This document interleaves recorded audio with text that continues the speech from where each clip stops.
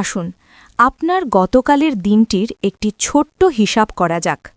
আপনি যদি গত ৮ বা ৯ ঘন্টা সময়কে বিশ্লেষণ করেন যা আপনি কাজ বা অফিস বলে মনে করছেন, তাহলে বলুন তো এর মধ্যে ঠিক কতটা সময় আপনি সত্যিই এমন কিছু তৈরি করেছেন যার ভ্যালু বা মূল্য অনেক বেশি।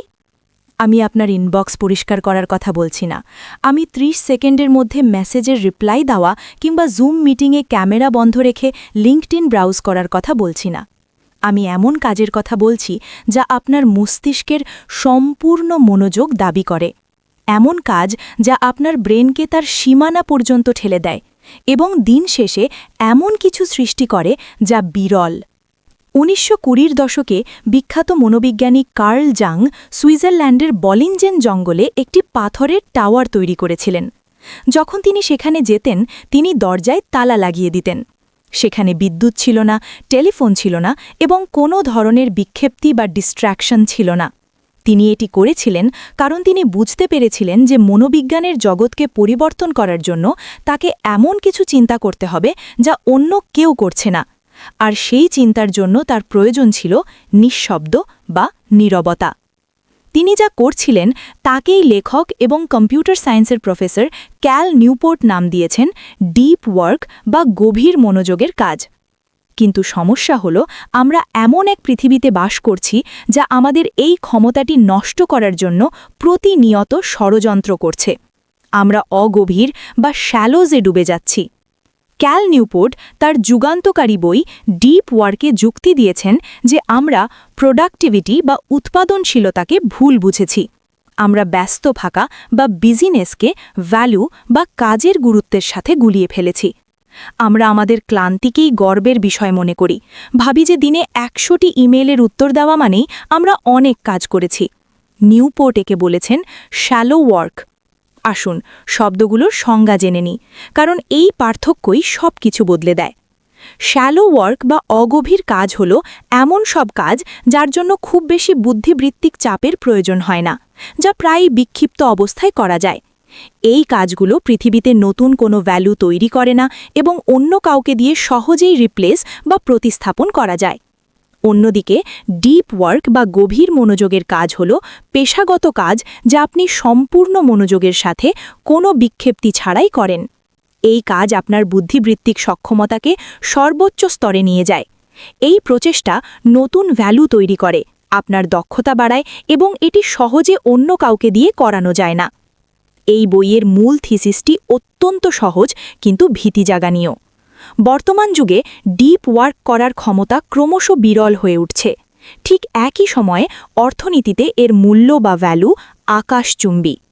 নিউপোর্ট পরামর্শ দেন যে খুব অল্প সংখ্যক মানুষ যারা এই দক্ষতাটি আয়ত্ত করতে পারবে এবং তাদের কর্মজীবনের মূলে একে স্থাপন করতে পারবে, তারাই ভবিষ্যতে সফল হবে। আর যারা পারবে না তারা কৃত্রিম বুদ্ধিমত্তা বা এআই, অটোমেশন অথবা অন্য কোনো দেশের কম খরচের কর্মীদের দ্বারা প্রতিস্থাপিত হবে, যারা ফোকাস করতে পারে। তাহলে কেন ডিপ ওয়ার্ক বর্তমান অর্থনীতির কিলার অ্যাপ? নিউপোর্ট এটিকে দুটি মূল দক্ষতায় ভাগ করেছেন, যা ডিজিটাল যুগে টিকে থাকার জন্য আপনার প্রয়োজন। প্রথম দক্ষতা কঠিন বিষয়গুলো দ্রুত আয়ত্ত করার ক্ষমতা। প্রযুক্তি দ্রুত পরিবর্তন হচ্ছে। আপনি যদি একজন প্রোগ্রামার হন তাহলে ৫ বছর আগে আপনি যে ফ্রেমওয়ার্ক ব্যবহার করতেন তা হয়তো অচল। আপনি যদি একজন মার্কেটার হন তাহলে আজ সকালের পরে অ্যালগোরিদম হয়তো ৬ বার বদলে গেছে। জটিল সিস্টেম শেখার জন্য আপনি ভাষা পড়াশোনা করতে পারেন না, আপনাকে এর গভীরে ডুব দিতে হবে। স্নায়ুবিজ্ঞানের ভাষায় শেখার জন্য মায়ালিনেশন নামক একটি প্রক্রিয়ার প্রয়োজন হয়। যখন আপনি কোনো নির্দিষ্ট দক্ষতায় তীব্রভাবে ফোকাস করেন তখন আপনি ব্রেনের নির্দিষ্ট সার্কিটগুলোকে উদ্দীপিত করেন। এর ফলে সেই নিউরনগুলোর আশপাশে মায়ালিন নামক একটি আস্তরণ তৈরি হয়, যা সেই দক্ষতাকে পাকা করে। কিন্তু আপনি যদি বিক্ষিপ্ত থাকেন, ধরুন প্রতি ১০ মিনিটে একবার ফোন চেক করছেন, তাহলে আপনি ভুল সার্কিট ফায়ার করছেন। আপনি কেবল ধীর গতিতেই শিখছেন না, বরং আপনি আপনার ব্রেনকে বিক্ষিপ্ত হতে শেখাচ্ছেন। দ্বিতীয় দক্ষতা এলিট বা সর্বোচ্চ স্তরে কাজ করার ক্ষমতা। গুণমান এবং গতি উভয় দিক থেকেই। এখানে নিউপোর্ট একটি সূত্র ব্যবহার করেছেন। High quality work produced equals time spend into intensity of focus, অর্থাৎ উৎপাদিত কাজের মান সমান ব্যয়িত সময় গুণ মনোযোগের তীব্রতা। যদি আপনার মনোযোগের তীব্রতা কম হয় কারণ আপনার মনে কিছুক্ষণ আগে দেখা ইমেইলের অ্যাটেনশন রেজিডিউ বা মনোযোগের অবশিষ্ট রয়েছে, তাহলে একই ফলাফল পেতে আপনাকে অনেক বেশি সময় ব্যয় করতে হবে। কিন্তু আপনি যদি আপনার তীব্রতাকে 10-এর মধ্যে 10-এ নিয়ে যেতে পারেন, তাহলে একজন সাধারণ বিক্ষিপ্ত কর্মী যে কাজটি 1 সপ্তাহে করবে, আপনি 4 ঘন্টায় করে ফেলতে পারবেন। এটাই হলো সুপার পাওয়ার আর্গুমেন্ট। এই বিক্ষিপ্তির অর্থনীতিতে, ডিস্ট্র্যাকশন ইকোনমিতে ডিপ ওয়ার্ক কেবল একটি প্রোডাক্টিভিটি হ্যাক নয়, এটি একটি প্রতিযোগিতামূলক সুবিধা বা কম্প্যাটিটিভ অ্যাডভান্টেজ। এটি একজন হিউম্যান রাউটার যে কেবল তথ্য এদিক ওদিক করে এবং একজন ক্রিয়েটর বা স্রষ্টার মধ্যে পার্থক্য যে প্রকৃতপক্ষে পরিবর্তন আনতে পারে। কিন্তু কেন গভীরে যাওয়া প্রয়োজন তা জানা সহজ অংশ। কঠিন অংশ হল পকেটে ফোনটি যখন ভাইব্রেট করছে তখন বাস্তবে ফোকাস ধরে রাখা। এই সমস্যার সমাধানের জন্য নিউপোর্ট কেবল দর্শন দেননি, তিনি আমাদের দিয়েছেন 4টি সুনির্দিষ্ট নিয়ম বা রুলস। প্রথম নিয়মটি সোজাসাপটা কিন্তু পালন করা কঠিন। গভীরভাবে কাজ করুন বা ওয়ার্ক ডিপলি। নিউপোর্ট যুক্তি দেন যে কেবল সদিচ্ছা বা ভালো ইন্টেনশন থাকাই যথেষ্ট নয়। আপনি হুট করে বলতে পারেন না, আমি এখন থেকে বেশি ফোকাস করব। ইচ্ছাশক্তি বা উইল পাওয়ার একটি সীমিত সম্পদ, এটি একটি ব্যাটারির মতো। আপনি যদি প্রতি 5 মিনিটে ইনস্টাগ্রাম চেক করার ইচ্ছা দমন করতে গিয়েই আপনার ইচ্ছাশক্তি খরচ করে ফেলেন, তবে দুপুরের আগেই সেই ব্যাটারি শেষ হয়ে যাবে। এর পরিবর্তে আপনার একটি ফিলসফি বা দর্শন প্রয়োজন, ডিপ ওয়ার্ক শিডিউল করার একটি কাঠামোবদ্ধ পদ্ধতি। নিউপোর্ট 4টি স্পেসিফিক ডেপথ ফিলসফি বা দর্শনের কথা বলেছেন। আপনার জীবনযাত্রার সাথে মানানসই একটি বেছে নিতে হবে। প্রথমটি হল মোনাস্টিক ফিলসফি বা সন্ন্যাসী দর্শন। এটি সবচেয়ে চরমপন্থী। এখানে আপনি সমস্ত অগভীর বা শ্যালো দায়িত্ব থেকে নিজেকে বিচ্ছিন্ন করে ফেলেন। কোনো ইমেল নেই, কোনো সোশ্যাল মিডিয়া নেই, কারো সাথে যোগাযোগ নেই। এটি কল্পবিজ্ঞান লেখক নীল স্টেফেনসনের জন্য প্রযোজ্য, যার বিখ্যাত উক্তি হল, তিনি হয় একজন ভালো ঔপন্যাসিক হতে পারেন অথবা একজন ভালো ইমেলার হতে পারেন, কিন্তু একসাথে দুটোই হওয়া সম্ভব নয়। যদি আপনি পৃথিবী থেকে পুরোপুরি অদৃশ্য হতে না পারেন, তবে আছে বাইমোডাল ফিলসফি বা দ্বিমুখী দর্শন। কার্ল জং এটাই করতেন। আপনি আপনার সময়কে ভাগ করে নেন। আপনি নির্দিষ্ট কিছু দিন বা সপ্তাহ পুরোপুরি ডিপ ওয়ার্কের জন্য বরাদ্দ করেন, আর বাকি সময়টা সাধারণ কাজের জন্য রাখেন। হতে পারে আপনি মাসে 4 দিনের জন্য সব যোগাযোগ বিচ্ছিন্ন করে আপনার প্রজেক্টে কাজ করলেন, আর বাকি দিনগুলোতে মিটিং বা অফিসের জন্য নিজেকে উন্মুক্ত রাখলেন। তৃতীয় এবং সাধারণ অফিস কর্মীদের জন্য সবচেয়ে বাস্তবসম্মত হল রিদমিক ফিলসফি বা ছান্দিক দর্শন। এটি অভ্যাসের শক্তির ওপর নির্ভর করে। আপনি একটি ছন্দ তৈরি করেন। উদাহরণস্বরূপ, প্রতিদিন সকাল 6টা থেকে 8টা পর্যন্ত আপনার ডিপ ওয়ার্কের সময়। কোনো অজুহাত চলবে না। যখন এটি একটি প্রতিদিনের অভ্যেসে পরিণত হয়, তখন আপনাকে আর সিদ্ধান্ত নিতে হয় না। আপনি কাজ শুরু করেন কারণ এখন সকাল 6টা বাজে। কমেডিয়ান জেরি সাইনফেল্ড তার বিখ্যাত চেইন মেথডে ঠিক এই পদ্ধতিটিই ব্যবহার করতেন। সর্বশেষে আছে জার্নালিস্ট ফিলসফি বা সাংবাদিক দর্শন। এটি তাদের জন্য যারা অত্যন্ত দক্ষ এবং যে কোনো মুহূর্তে ডিপ মোডে চলে যেতে পারেন। ওয়াল্টার আইজ্যাকসনের মতো সাংবাদিকদের নামেই এর নামকরণ করা হয়েছে, যিনি প্লেনের জন্য অপেক্ষা করার সময় 20 মিনিটের ফাঁকেও একটি মাস্টারপিস লিখে ফেলতে পারতেন। তবে মনে রাখবেন, এর জন্য অত্যন্ত উচ্চ মানসিক নমনীয়তা প্রয়োজন এবং নতুনদের জন্য এটি সুপারিশ করা হয় না। আপনি যে দর্শনই বেছে নেন না কেন, আপনাকে রিচুয়ালস বা রীতিনীতি দিয়ে তাকে সমর্থন করতে হবে। আপনার মস্তিষ্কের সংকেত বা কিউজ প্রয়োজন। ঠিক করুন আপনি কোথায় কাজ করবেন এবং কতক্ষণ করবেন। সেশনের জন্য কিছু নিয়ম তৈরি করুন, যেমন ইন্টারনেট ব্যবহার নিষেধ অথবা 2000 শব্দ না লেখা পর্যন্ত উঠব না। এই রীতিনীতিগুলো কাজ শুরু করার জড়তা কমিয়ে দেয়। কিন্তু নিখুঁত রুটিন থাকার পরেও আপনি ব্যর্থ হবেন যদি আপনার মস্তিষ্ক ভেঙে গিয়ে থাকে। এটি আমাদের নিয়ে যায় দ্বিতীয় এবং হয়তো সবচেয়ে অস্বস্তিকর নিয়মটিতে। রুল নাম্বার 2, এমব্রেস বোর্ডাম বা একঘেয়েমিকে আলিঙ্গন করুন। নিউপোর্ট একটি চমকপ্রদ দাবি করেছেন, তীব্রভাবে মনোযোগ দেওয়ার ক্ষমতা একটি দক্ষতা যা প্রশিক্ষণ দিয়ে অর্জন করতে হয়। কিন্তু এর উল্টোটাও সত্যি। বিভ্রান্ত হওয়া বা ডিস্ট্র্যাকশন এমন একটি অভ্যেস যা আপনি হাজার বার চর্চা করেছেন। যদি প্রতিবার একঘেয়েমি লাগার সাথে সাথে, যেমন লাইনে দাঁড়িয়ে থাকার সময়, কোনো ওয়েবসাইট লোড হওয়ার অপেক্ষায় বা কথার মাঝখানের বিরতিতে আপনি তৎক্ষণাৎ আপনার ফোন বের করেন, তবে আপনি আপনার মস্তিষ্কের রিওয়ায়ারিং বা গঠন বদলে ফেলছেন। আপনি আপনার ব্রেনকে শেখাচ্ছেন যে তাকে কখনোই উদ্দীপনা ছাড়া থাকতে হবে না। যে মস্তিষ্ক একঘেয়েমি সহ্য করতে পারে না, সেই মস্তিষ্ক কখনোই ডিপ ওয়ার্ক করতে পারবে না। এটি ঠিক করার জন্য আপনাকে কেবল ফোকাস করার প্র্যাকটিস করলেই হবে না, আপনাকে নতুনত্বের প্রতি আসক্তি বা অ্যাডিকশন টু নভেলটি থেকে নিজেকে ছাড়িয়ে আনার প্র্যাকটিস করতে হবে। সাধারণত পরামর্শ দেওয়া হয় ইন্টারনেট সাবাত বা টেকনোলজি থেকে একদিনের বিরতি। নিউপোর্ট বলেন এটা শুনতে ভালো কিন্তু অকার্যকর। এটা লিখতে একজন ভোজন রসিকের সপ্তাহে একদিন না খেয়ে থাকার মতো, কিন্তু বাকি 6 দিন সে অতিরিক্ত খাচ্ছে। এতে ডায়েট ঠিক হয় না। এর পরিবর্তে নিউপোর্ট পরামর্শ দেন আপনার বিভ্রান্তিকে শিডিউল করুন বা শিডিউল ইয়র ডিস্ট্র্যাকশন। আপনি ফোকাস করার সময় শিডিউল করবেন না, সেটা তো সবাই করার চেষ্টা করে। আপনি আপনার বিরতিগুলোকে শিডিউল করুন। এখানে আপনার জন্য অ্যাকশনেবল স্টেপ হল সময়ের একটি ব্লক বেছে নিন। ধরুন ঠিক করলেন আগামী ৪৫ মিনিট আমি ইন্টারনেট ব্যবহার করব না। আপনি যদি কোনো সমস্যায় আটকে যান, এমনকি আপনাকে কোনো তথ্যও জানতে হলেও ৪৫ মিনিট শেষ না হওয়া পর্যন্ত আপনি অনলাইনে যেতে পারবেন না। আপনাকে সেই একঘেয়েমির সাথে বসে থাকতে হবে, আপনাকে সেই মানসিক চাপের সাথে থাকতে হবে।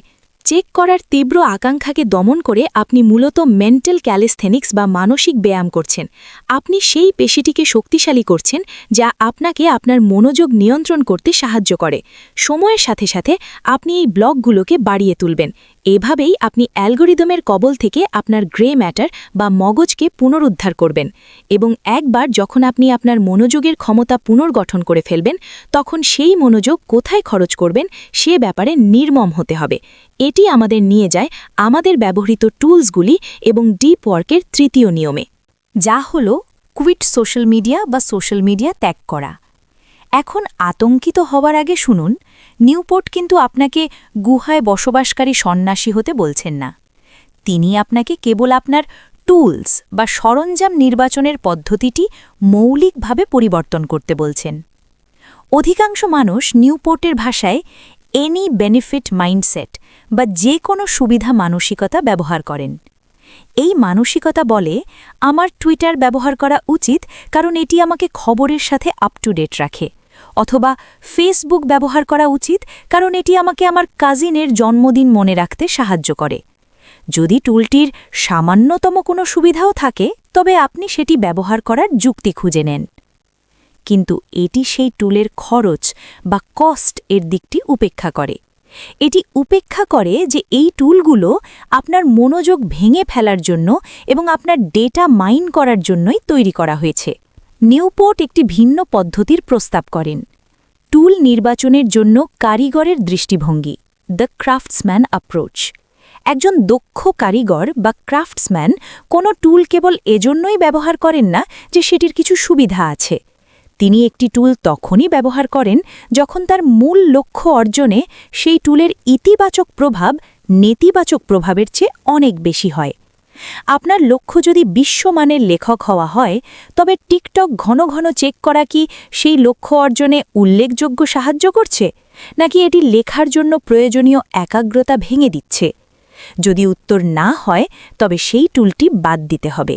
এখানে আপনার জন্য অ্যাকশনেবল স্টেপ হল 30 ডে নিষেধাজ্ঞা বা 30 দিনের নিষেধাজ্ঞা। সোশ্যাল মিডিয়া ছাড়ার আগে ঘোষণা দেবেন না, নাটকীয় কোনো বিদায় পোস্ট লিখবেন না। কেবল 30 দিনের জন্য এই পরিষেবাগুলো ব্যবহার করা বন্ধ করুন। মাস শেষ হবার পর নিজেকে 2টি প্রশ্ন করুন। 1. আমি যদি এই পরিষেবাটি ব্যবহার করতাম, তবে কি গত 30 দিন উল্লেখযোগ্যভাবে ভালো হতো? 2.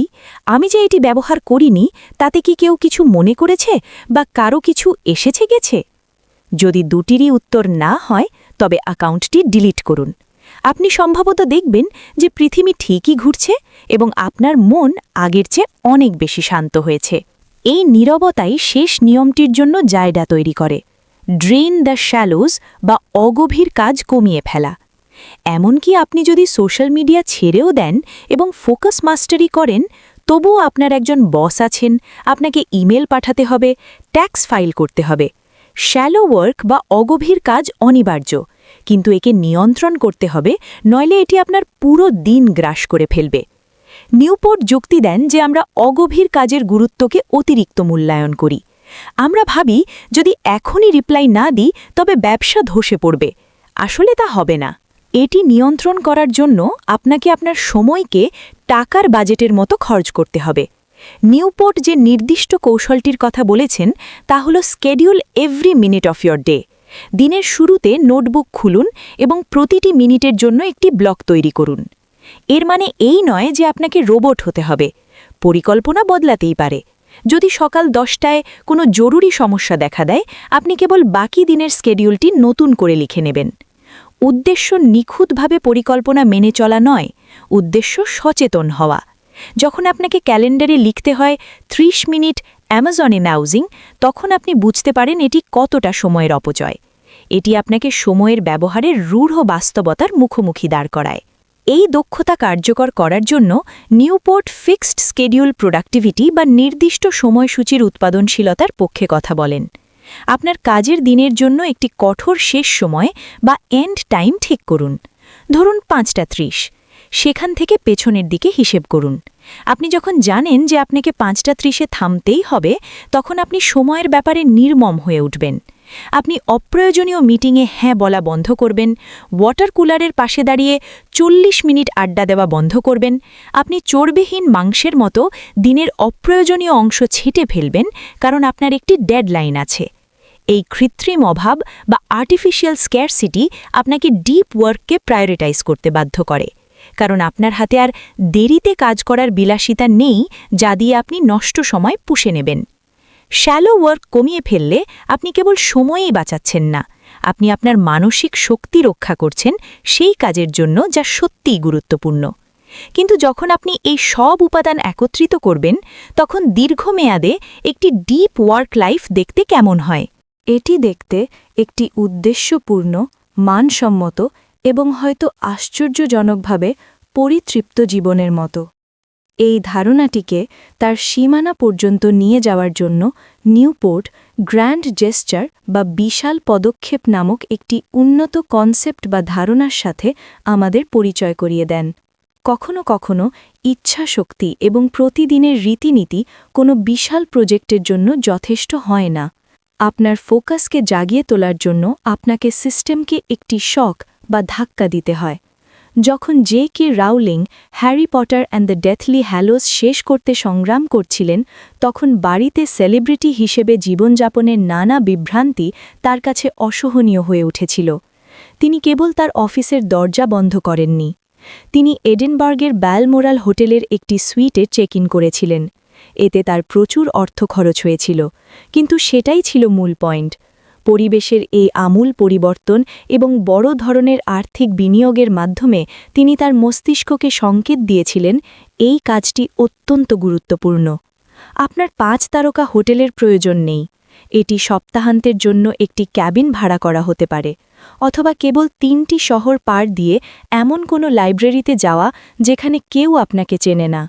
এই আমূল পরিবর্তন আপনার সাধারণ রুটিন বা লুপ ভেঙে দেয় এবং আপনার কাছ থেকে উচ্চতর পারফরম্যান্স দাবি করে। কিন্তু দৈনন্দিন কাজের জন্য নিউপোর্ট ব্যবসায়িক কৌশলগুলিকে আপনার ব্যক্তিগত মস্তিষ্কের জন্য ব্যবহার করার পরামর্শ দেন, বিশেষ করে 4 ডিসিপ্লিনস অফ এক্সিকিউশন বা এক্সিকিউশনের 4টি ডিসিপ্লিন। প্রথমত, ওয়াইল্ডলি ইম্পর্ট্যান্ট বা অত্যন্ত গুরুত্বপূর্ণ বিষয়টির ওপর ফোকাস করুন। সব কিছুতে গভীরে যাওয়ার চেষ্টা করবেন না। এমন একটি উচ্চাকাঙ্ক্ষী লক্ষ্য বেছে নিন যা সবচেয়ে বেশি গুরুত্বপূর্ণ। বইটি লেখা, অ্যাপটি কোড করা বা ব্যবসাটি লঞ্চ করা। দ্বিতীয়ত, লিড মেজার বা অগ্রবর্তী পরিমাপের উপর কাজ করুন। বেশিরভাগ মানুষ ল্যাগ মেজার বা পশ্চাৎবর্তী পরিমাপের দিকে তাকায়, যেমন কত পৃষ্ঠা লেখা হলো, ওটা তো হয়েই গেছে, ওটা আপনি বদলাতে পারবেন না। লিড মেজার হল ডিপ ওয়ার্কে ব্যয় করা সময়। আপনি যদি ঘন্টার হিসেব নিয়ন্ত্রণ করেন, ফলাফল নিজেই নিজের যত্ন নেবে। তৃতীয়ত, একটি কম্প্যালিং স্কোর বোর্ড রাখুন। শারীরিকভাবে আপনার ডিপ ওয়ার্কের ঘণ্টাগুলি ট্র্যাক করুন। ক্যালেন্ডারে প্রতি ঘণ্টার গভীর মনোযোগের জন্য একটি টিক চিহ্ন দিন। মানুষ যখন স্কোর বা পয়েন্ট হিসেব করে, তারা ভিন্নভাবে খেলে। আপনি সেই টিক চিহ্নটি পাওয়ার জন্য লড়াই করবেন। যখন আপনি এই সব কিছু একত্রিত করেন, রীতিনীতি, একঘেয়েমি সহ্য করা, সঠিক টুল নির্বাচন এবং এক্সিকিউশন, তখন আপনি প্রবেশ করেন সেই জীবনে যাকে নিউপোর্ট বলেছেন দ্য ডিপ লাইফ। এটাই বইয়ের চূড়ান্ত যুক্তি। এটি কেবল প্রোডাক্টিভিটি বা উৎপাদনশীলতার বিষয় নয়।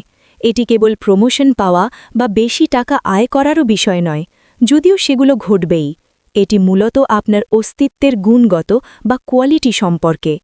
শ্যালোজ বা অগভীরে কাটানো জীবন, উন্মত্তভাবে ইমেলের উত্তর দেওয়া, ফিড স্ক্রল করা, নিরবিচ্ছিন্ন অন্যের চাহিদার উপর প্রতিক্রিয়া দেওয়া, এমন একটি জীবন যা বিচ্ছিন্ন এবং উদ্বিগ্ন মনে হয়। এর কোনো ওজন নেই। কিন্তু গভীরে কাটানো জীবন অন্যরকম। যখন আপনি কোনো কঠিন কাজে নিজেকে নিমজ্জিত করেন, যখন আপনি মূল্যবান কিছু সৃষ্টির জন্য আপনার মনের সীমানা প্রসারিত করেন, তখন আপনি ফ্লো বা তন্ময় অবস্থায় প্রবেশ করেন। মানুষ সমুদ্র সৈকতে শুয়ে অলস সময় কাটানোর সময় সবচেয়ে সুখী হয় না। মানুষ সবচেয়ে সুখী হয় যখন সে স্বেচ্ছায় কঠিন এবং অর্থপূর্ণ কিছু অর্জন করার জন্য নিজের সর্বোচ্চ সামর্থ্য দিয়ে চেষ্টা করে। আমরা এখন রাস্তার একটি মোড়ে দাঁড়িয়ে আছি। একটি পথ সহজ, এটি লাইক, নোটিফিকেশন এবং নিরবিচ্ছিন্ন সংযোগের আরামে পূর্ণ। এটি আপনার কাছ থেকে কেবল আপনার নিষ্ক্রিয় অনমনোযোগ ছাড়া আর কিছুই দাবি করে না। অপর পথটি কঠিন, এটি নীরবতা দাবি করে, এটি বিচ্ছিন্নতা দাবি করে, এটি দাবি করে যে আপনি আপনার নিজের সামর্থ্যের সীমানার মুখোমুখি হন। কিন্তু প্রথম পথটি এমন একটি জীবনের দিকে নিয়ে যায় যেখানে আপনি কেবল একজন দর্শক, আর দ্বিতীয় পথটি এমন একটি জীবনের দিকে নিয়ে যায় যেখানে আপনি একজন নির্মাতা বা বিল্ডার। যেমনটা ক্যাল নিউপোর্ট উপসংহারে বলেছেন, a deep life is a good life. তাই আপনার কাছে আমার চ্যালেঞ্জ হল, আজই আপনার পুরো জীবন বদলানোর চেষ্টা করবেন না। আমাকে কেবল 1 ঘন্টা সময় দিন। আগামীকাল সকালে আপনার ফোনটি অন্য ঘরে রাখুন, ইন্টারনেট বন্ধ করুন, দরজা বন্ধ করুন এবং 60 মিনিট সময় নিয়ে সেই কঠিন সবচেয়ে গুরুত্বপূর্ণ কাজটি করুন যা আপনি এতদিন এড়িয়ে চলেছেন। কেবল 1 ঘন্টা। দেখুন কেমন লাগে, দেখুন কতটা কাজ হয় এবং তারপর নিজেকে প্রশ্ন করুন আপনি কি আরও গভীরে যেতে প্রস্তুত কিনা। যদি এই ডিপ ডাইভ সামারিটি আপনার জীবনে কোনো ভ্যালু অ্যাড করে থাকে, তাহলে সাবস্ক্রাইব বাটনে চাপ দিন। আমরা এখানে অগভীর কন্টেন্ট তৈরি করি না, আমরা সেই আইডিয়াগুলো নিয়ে কথা বলি যা একটি উন্নত জীবন গড়ে তোলে। দেখা হবে পরের ভিডিওতে। এখন কাজে লেগে পড়ুন। আমাদের এই ছোট্ট প্রচেষ্টা আপনাদের কেমন লাগছে? আপনাদের প্রতিটি কমেন্ট আমাদের নতুন কাজ করতে উৎসাহ দেয়। ভালো লাগলে সাবস্ক্রাইব করে আমাদের পরিবারের সদস্য হয়ে যান।